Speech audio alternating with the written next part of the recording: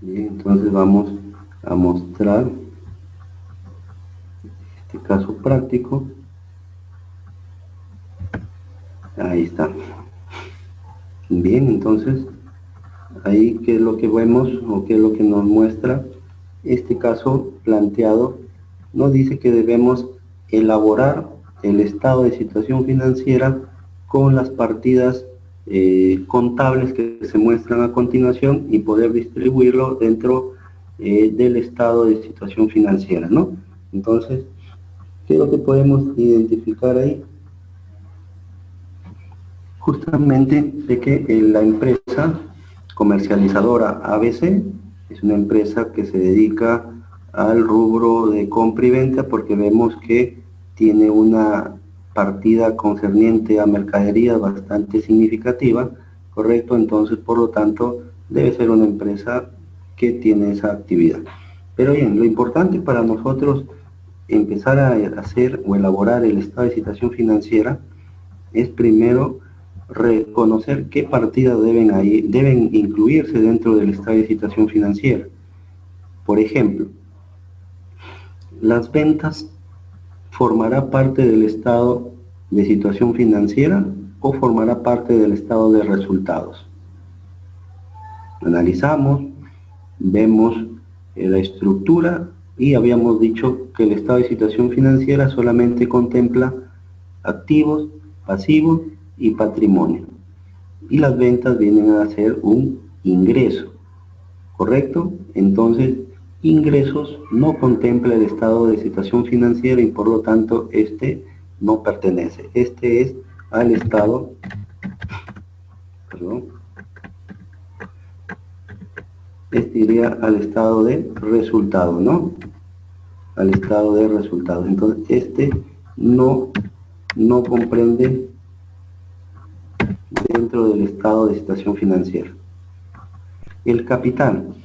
Igualmente me pongo a analizar, a reflexionar acerca de los elementos del estado de situación financiera y el capital sí está dentro del estado de situación financiera porque pertenece al patrimonio. Entonces esto es un patrimonio, ¿no es cierto? Entonces miren, ya vimos que este sí está dentro del estado de situación financiera.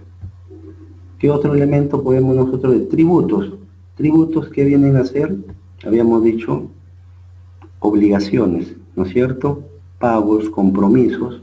Entonces, si son obligaciones, son pasivos, ¿no es cierto? Entonces, esta partida va a ir al pasivo, ¿no? Y miren cómo así vamos nosotros ya eh, pudiendo ya a tener una idea más clara de cómo vamos a ir elaborando mi estado de situación financiera.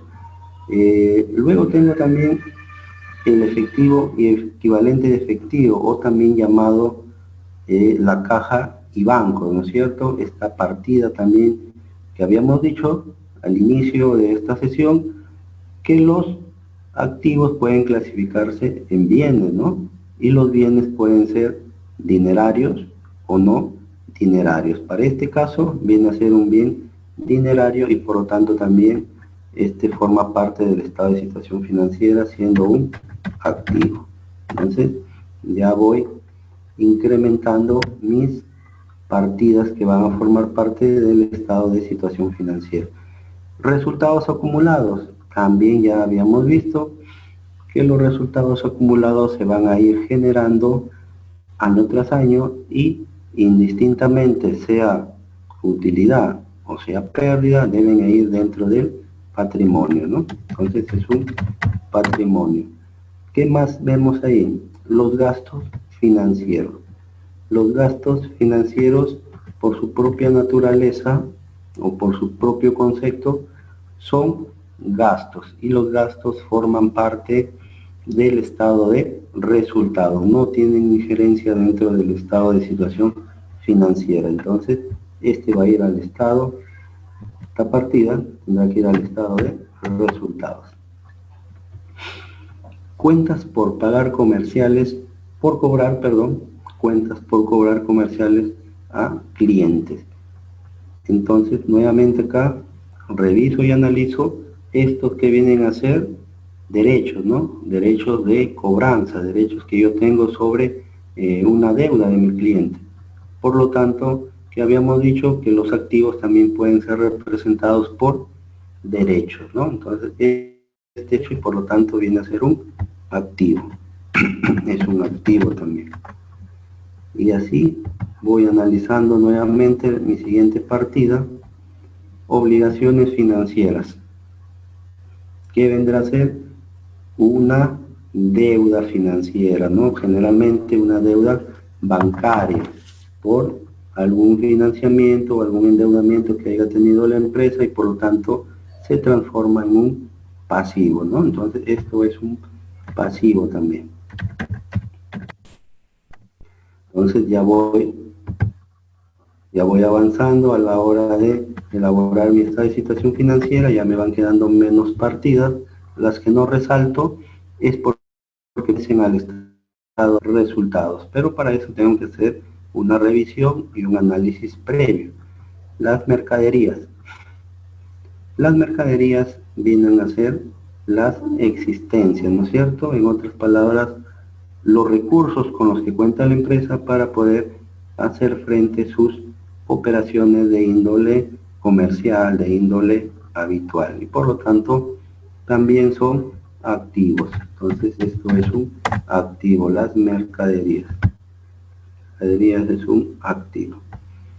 ¿Qué más? Inmuebles, maquinaria y equipo, ¿no? Los famosos activos fijos, ¿no? O en todo caso los activos tangibles también. Y si hablamos de inmuebles, maquinaria y equipo, entonces también hablamos de que todos ellos son los que le pertenecen a la empresa. Entonces estos también son activos. Entonces ya tengo otra partida del estado de situación financiera que se tiene que incluir en el formato respectivo. Cuentas por pagar a proveedores. Esto también lo tenemos claro, lo tenemos identificado. Si es una deuda comercial, entonces es un pasivo. Este es un pasivo. Bien. Tengo otra partida, la depreciación, ¿no? La depreciación acumulada.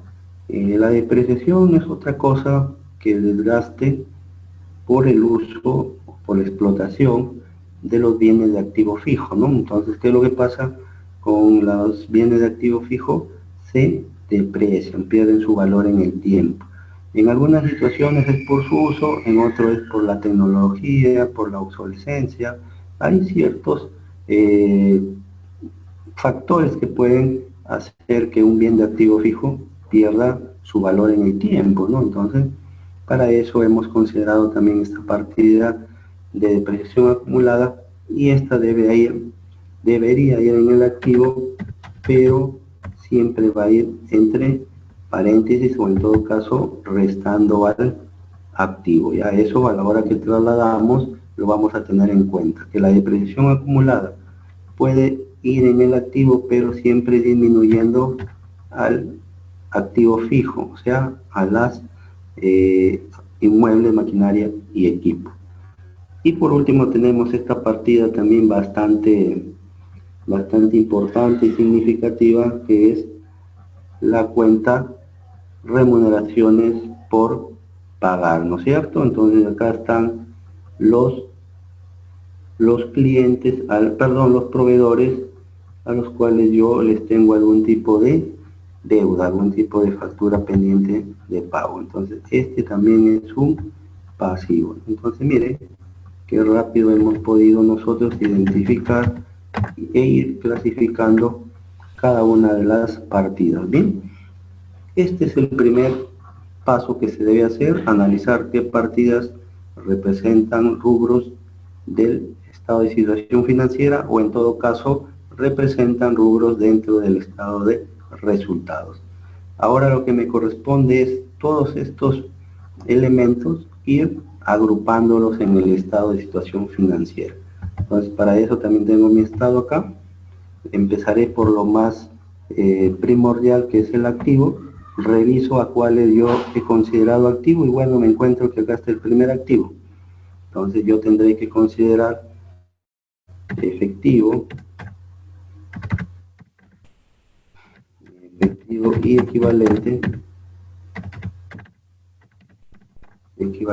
de efectivo. ¿Cuánto es? Bueno, eso también lo tengo. Es el importe de 30.000 soles. 30.000 soles, ¿no? Entonces ya tengo mi primera partida registrada dentro de esta situación financiera. Luego, también tengo cuentas por cobrar. Entonces, esto también es un activo, cuentas por cobrar. ¿Cuánto me figura? Cuentas por cobrar comerciales. No olvidemos que son producto de la compra y venta a cliente. ¿Cuánto es lo que tengo por cobrar? 10.000 soles. Entonces ya tengo, miren, dos partidas que me van a permitir elaborar mi estado de situación financiera. 10.000 soles. ¿Qué otra partida tengo? Existencia, ¿no es cierto? Existencia. También forma parte del activo corriente, existencia. Ahí, ¿cuánto me indica el valor? Tengo un valor de 40.000 soles. Entonces, yo tendré que consignar el importe total, 40.000 soles. Y bien, ¿qué otra cosa podemos nosotros apreciar? De que tengo el inmueble, maquinaria y equipo y la depreciación acumulada. Estas dos partidas contables siempre van de la manito. Siempre, solo que van ya la partida de inmuebles va con el neto. En otras palabras, esto ya no es activo corriente, sino se convierte en activo no corriente. Entonces ponemos inmuebles, maquinaria y equipo e indicamos que va neto de depreciación. ¿Qué quiere decir que va neto de depreciación? O sea que ya se le está disminuyendo el importe correspondiente a depreciación. Y bien, entonces yo podría ir, eliminarlo porque no es necesario para que podamos tener, ahí está. Entonces, mi activo no corriente, ¿cuánto va a ser en este valor? Va a ir la diferencia. La diferencia entre el inmueble, maquinaria y equipo, que fue 25.000, menos la depreciación. Entonces, para reconocerlo, para poder clasificarlo, lo pongo entre paréntesis. Entonces, si yo tengo que consignar en neto, tendré que hacer este cálculo, ¿no? 25.000 es inmuebles, maquinaria y equipo, y 5.000 es la depreciación, entonces tendré que consignar la diferencia. Para este caso es 20.000. Y bien, ya acá mi activo no corriente queda hasta ese instante, ¿no? Ya no tengo otra cuenta, ya no tengo otra partida, entonces ¿qué es lo que hago? Sumo todo. Tengo por un lado 30.000 más 10.000, son 40.000, más otros 20.000, estamos hablando de 100.000 soles, creo, ¿no? 100.000 soles. Entonces acá yo tendré que considerar al final los 100.000 soles, ¿no? Que corresponde a todo el activo corriente y no corriente. Bien, ahí prácticamente hemos avanzado a todo el activo. Ahora nos falta el pasivo y el patrimonio. Para ello también hago la misma clasificación y el mismo análisis, ¿no? Respectivo. Me voy acá a ver qué partidas forman parte del pasivo. Me doy con la primera, que es tributos por pagar por 5.000. Entonces, ya hemos dicho que las deudas por impuestos son a corto plazo, entonces son deudas corrientes. Tributos por pagar son 5.000 soles, ¿no? 5.000 soles.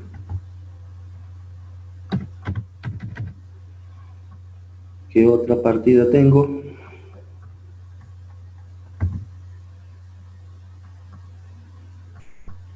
¿Qué otra partida tengo?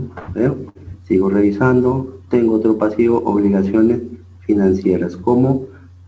Entonces iría este pasivo, una obligación financiera, habíamos dicho generalmente son corrientes, no, son no corrientes. Obligaciones financieras. ¿Cuánto es el importe de estas obligaciones financieras? Reviso y son 30.000 soles, 30.000 soles. Entonces yo tendré que considerar los 30.000 soles. ¿Qué otra partida, a ver, tengo de deudas? Tengo que revisar, tengo que ponerme a analizar y tengo cuentas por pagar comerciales. Entonces es una deuda comercial, es a corto plazo, ¿no? Cuentas por pagar comerciales por el importe de 10.000, a ver, cuentas por pagar comerciales, perdón, 5.000 soles, ¿ya? 5.000 soles. ¿Qué otra partida tengo? Bueno, sigo revisando, ya está la mayoría. Bueno, tengo el capital que es 50.000, 50.000 es mi capital. Capital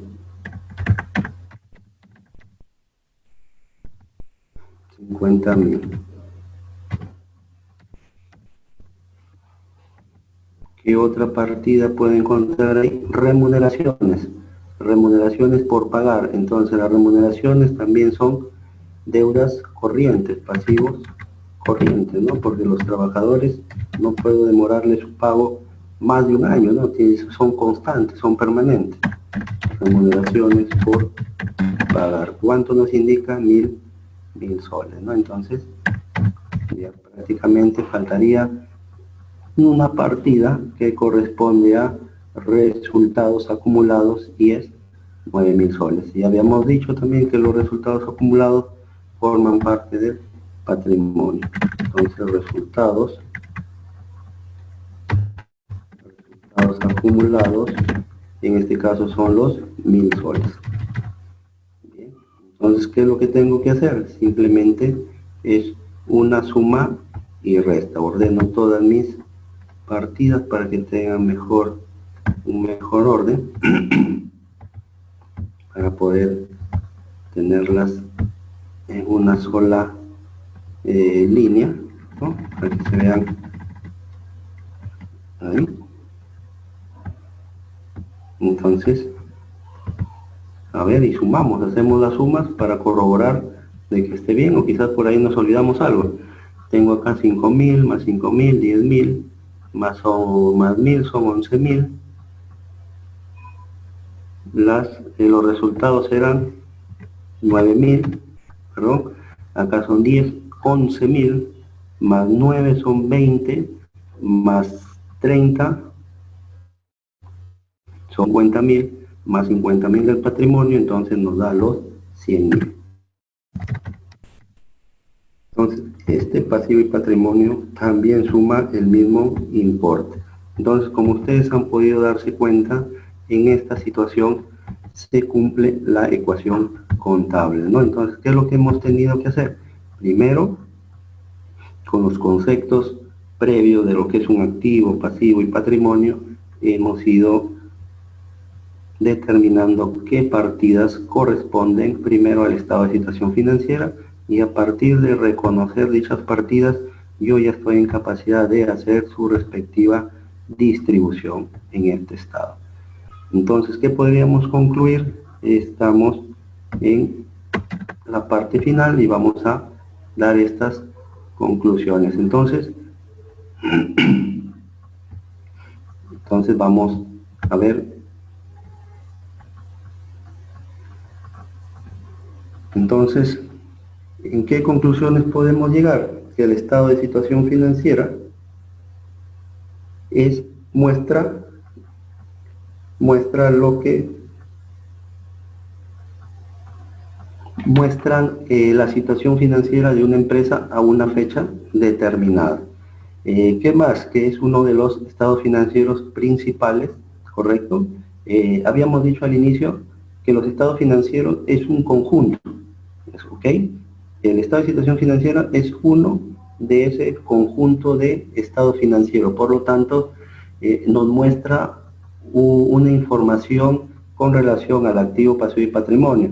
Ahora, si nosotros queremos saber o conocer cuáles son los gastos y cuáles son mis ingresos, para eso tendré que elaborar mi estado de resultados, que es justamente materia de la siguiente sesión de clase. Su formulación se realiza acorde a normas internacionales. Lo que le decía, estos estados financieros tienen la condición de ser elaborados en base a NIF.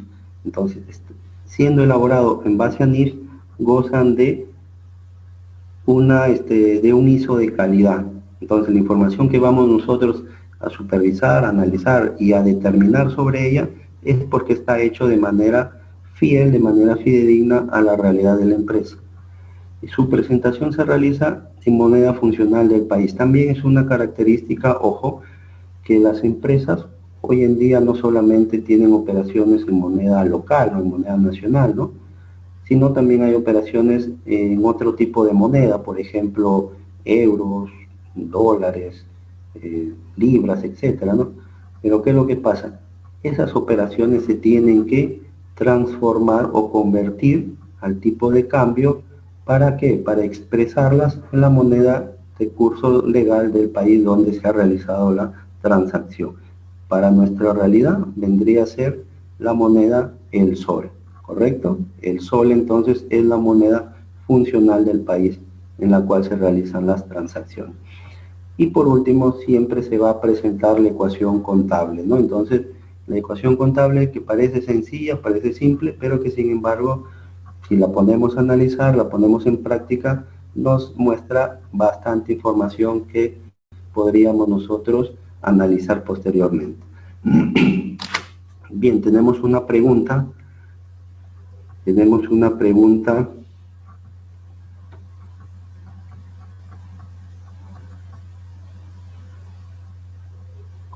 Tenemos una pregunta.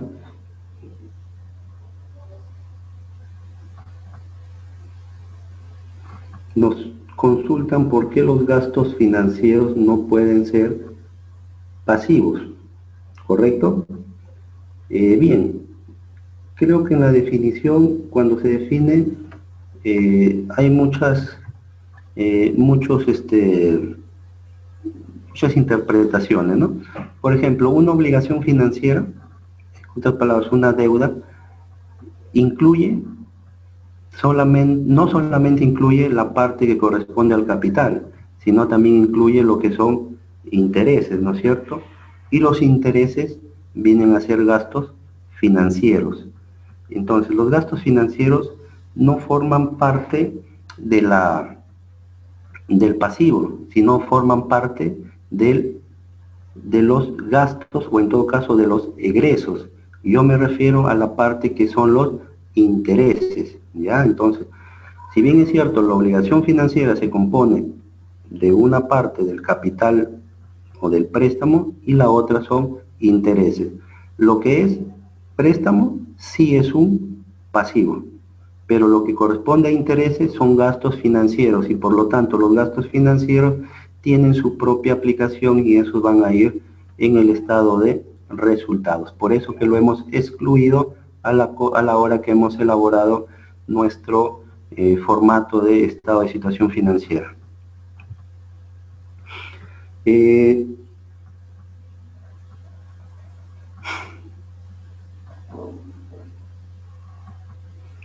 Bien, ¿cuál es la diferencia entre la rentabilidad económica y la rentabilidad financiera? Muy bien. La rentabilidad económica básicamente mide lo que es cuánto ganaste en un determinado tiempo, en un determinado momento, ¿no? Por ejemplo, ingresó 1000, gastaste 900, te quedó 100, ¿no? Eso es una rentabilidad económica. Pero como ya nosotros queremos saber un poco más o queremos saber determinar cuáles son los efectos de esos 100 soles, tendríamos que hacer un análisis ya mucho más minucioso o un análisis financiero. ¿Por qué? Porque debemos de determinar si esos 100 soles cubren mis costos, cubren mis gastos, verdaderamente es la rentabilidad que yo había esperado.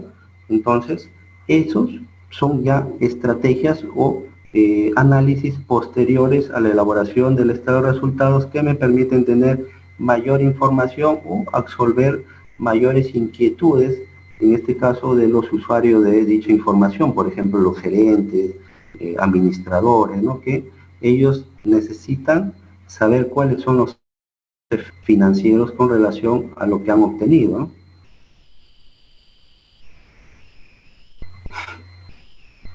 ¿Por qué los edificios inmuebles son considerados activos no corrientes?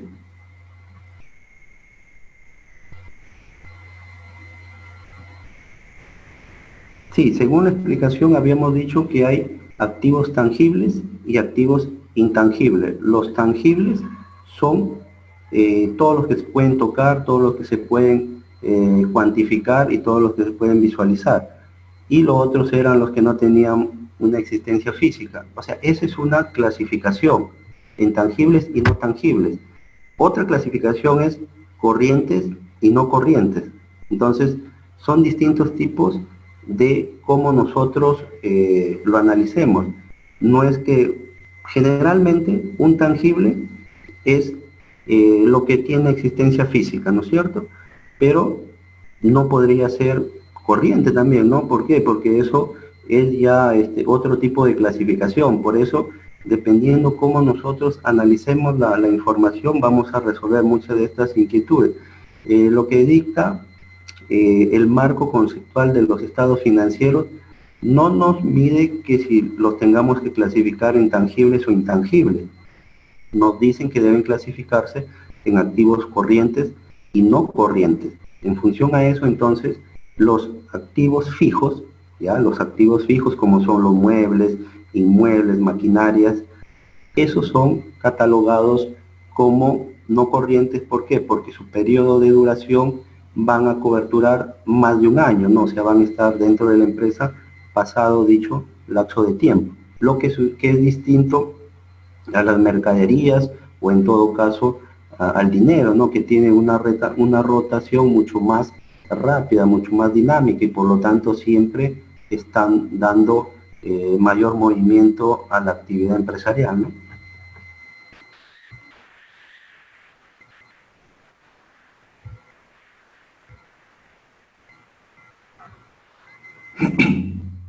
Eh, ¿Cómo se calcula la depreciación?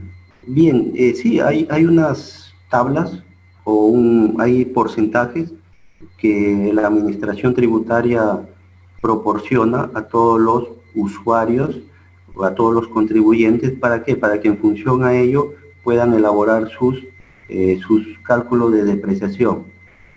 Es que el cálculo de la depreciación, como vemos, no es un valor exacto, sino es un valor estimado, ¿no? Porque no podríamos cuantificar de manera exacta cuánto se ha depreciado